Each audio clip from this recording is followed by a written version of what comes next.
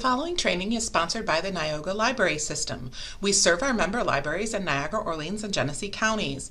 Please visit your local library homepage and use your library card to get access to streaming videos, downloadable music, audiobooks, ebooks, and even more from the comfort of your own home. Thank you. Hello, good to see everybody today.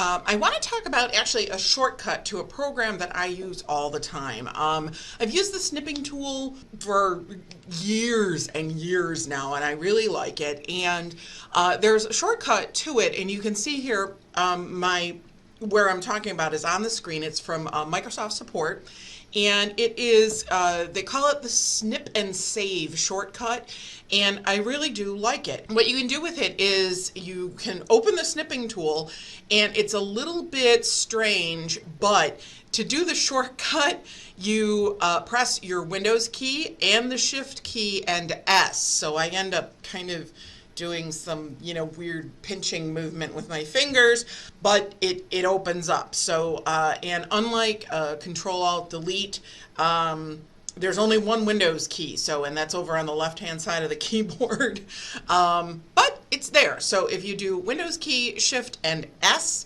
the shortcut opens up, and what will happen is whatever's on your monitor, not just the desktop, but whatever's on your monitor will actually darken, so you can see this kind of darken over, and then the tool itself pops up at the top. Rectangular mode is here, and it is selected automatically. You can do a freeform mode. You can take an automatic snip of what they call just the window, so not your entire screen, but a window that's on the screen. Or you can go ahead and use this one, and that is actually simply to take a snapshot of the full screen. It's just a basic screenshot. Now, of course, if you did this kind of, death pinch thing by accident and opened it up, you can, of course, always close it with the X and then not take any snip and do anything with it. But if you'd like to take basically a screenshot of anything that's on your screen, this is a great way to do it. So I've been using this pretty regularly, and if I scroll down, the screenshot then, so once you do it, and I'm gonna show you what happens here, but once you click and hold and then drag and let up, that will take the screenshot of whatever you wanted, that rectangular picture.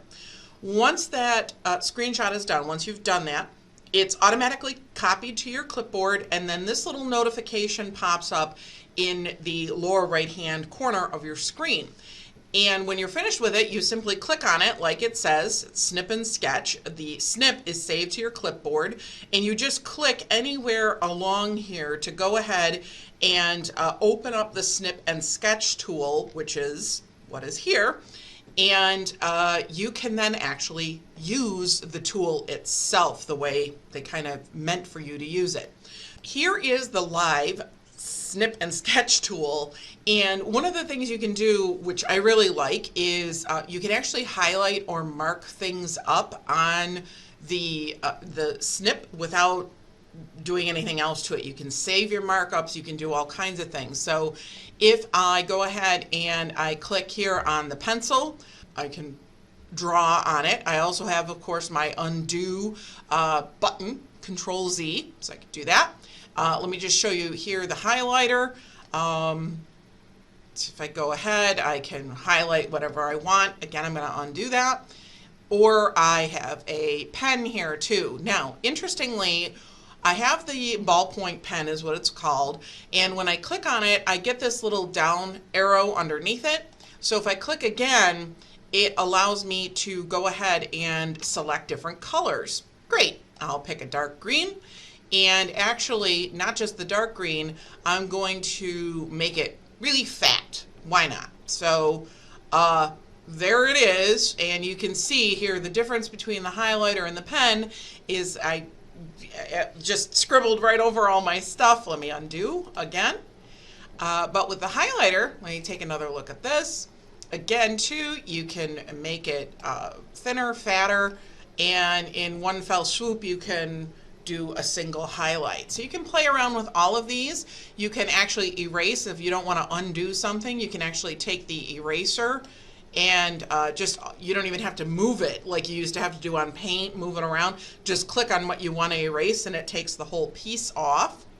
There's a ruler here, and you can actually crop the image even more. So if like this is slightly off center, if I wanted to crop it more and kind of move it so that the logo was centered, I can do that. I can zoom in. I can save my snip, which is great. I can simply copy it. Why would I want to copy it? Well, maybe I simply want to copy the snip like that. I'm going to minimize this window. And now, let's just say I'm going to move some of that down. Maybe I want to paste the snip right here in my Word document. So once I've copied it from the snip and sketch, I can simply use Control V. I can paste it and it comes out rather large. If I want to change the size of it, I click once on it, and I always resize images by the corners. That keeps the proportion of the picture. If you choose to resize, so here's a corner, there, all right, so now the picture's been resized.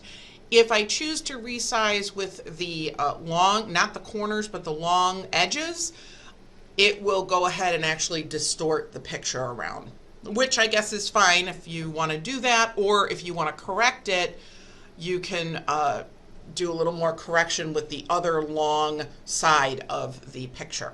I just like Snip and Sketch. I use it all the time, and I think it's a very useful tool. Hope you do too. Take care, and we'll see you in the next one. Bye now.